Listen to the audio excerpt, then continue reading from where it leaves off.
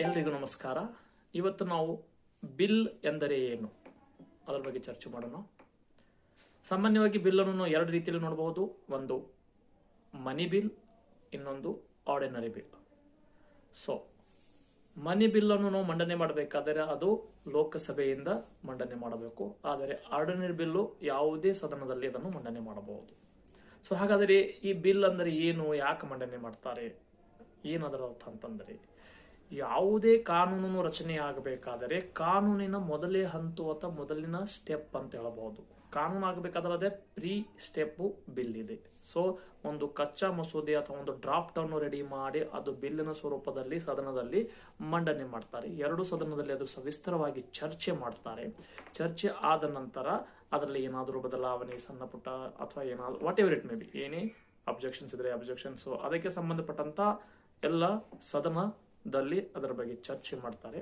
ಚರ್ಚೆ ಮಾಡಿ ಎಲ್ಲ ಆದ ನಂತರ ಅದನ್ನ ರಾಷ್ಟ್ರಪತಿಯವರಿಗೆ ಅನುಮೋದನೆಗೋಸ್ಕರ ಅಥವಾ ಅವರ ಅಂಕಿತಗೋಸ್ಕರ ಅವರ ಅಸೆಂಟ್ಗೋಸ್ಕರ ರಾಷ್ಟ್ರಪತಿಯವರಿಗೆ ಕಳಿಸುತ್ತಾರೆ. ರಾಷ್ಟ್ರಪತಿಯವರು ಆ ಬಿಲ್ ಅನ್ನು ಮತ್ತೆ ಅವರು ಕೂಡ ಅದನ್ನು ನೋಡ್ತಾರೆ. ಅದರಲ್ಲಿ ಅವರಿಗೆ ಏನಾದರೂ ಬದಲಾವಣೆ ಮಾಡಬೇಕಂತ ಅನಿಸಿದರೆ ಅವರು ಮತ್ತೆ ಮರಳಿ ಯಾವ ಸದನ ಅವರಿಗೆ ಕಳಿಸಿದರೆ ಆ ಸದನಕ್ಕೆ ಕಳಿಸುತ್ತಾರೆ. ಆಮೇಲೆ ಅವರ ತಕ್ಕಂಥ ಏನು ಬದಲಾವಣೆ ಹೇಳಿದರೆ ಬದಲಾವಣೆ ಮಾಡಬಹುದು ಅಥವಾ ಮಾಡದೇ ಇರಬಹುದು. ಮತ್ತೆ ಆ ಸದನದವರು ಅವರು ಹೊಳ್ಳಿ ಕಳಿಸಿದಾಗ ನೆಕ್ಸ್ಟ್ ಟೈಮ್ ರಾಷ್ಟ್ರಪತಿ ಅವರು ಮತ್ತೆ ಅವರಿಗೆ ಹೊಳ್ಳಿ ಕಳ್ಸಂಗಿಲ್ಲ. ರಾಷ್ಟ್ರಪತಿ once he can be send back.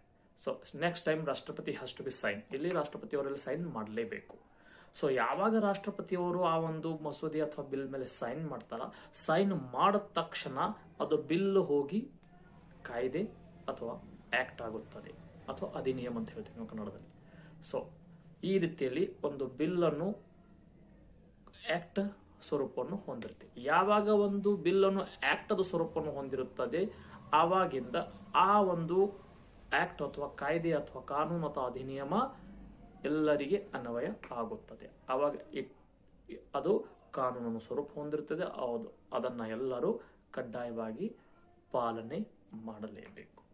So ಈ ರೀತಿಯಲ್ಲಿ ಒಂದು ಮಸೂದೆಯನ್ನು ಅಥವಾ ಒಂದು ಡ್ರಾಫ್ಟ್ ಅನ್ನು ರೆಡಿ ಮಾಡಿ ಡ್ರಾಫ್ಟ್ ಆ ಬಿಲ್ ರೂಪದಲ್ಲಿ ಅಲ್ಲಿ ಚರ್ಚೆ ಮಾಡಿ ಆಮೇಲೆ ಕಾನೂನು ಆಗುತ್ತದೆ.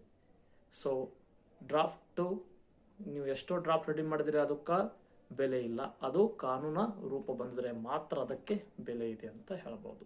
ಸೊ ಈ ರೀತಿಯಲ್ಲಿ ನಾವು ಒಂದು ಡ್ರಾಫ್ಟ್ ಅಂದರೆ ಏನು, ಬಿಲ್ ಅಂದರೆ ಏನು, ಆಕ್ಟ್ ಅಂದರೆ ಏನು, ಈ ವಿಷಯಗಳ ಬಗ್ಗೆ ಇವತ್ತು ಸಂಕ್ಷಿಪ್ತವಾಗಿ ಚರ್ಚೆ ಮಾಡಿದ್ದೀವಿ.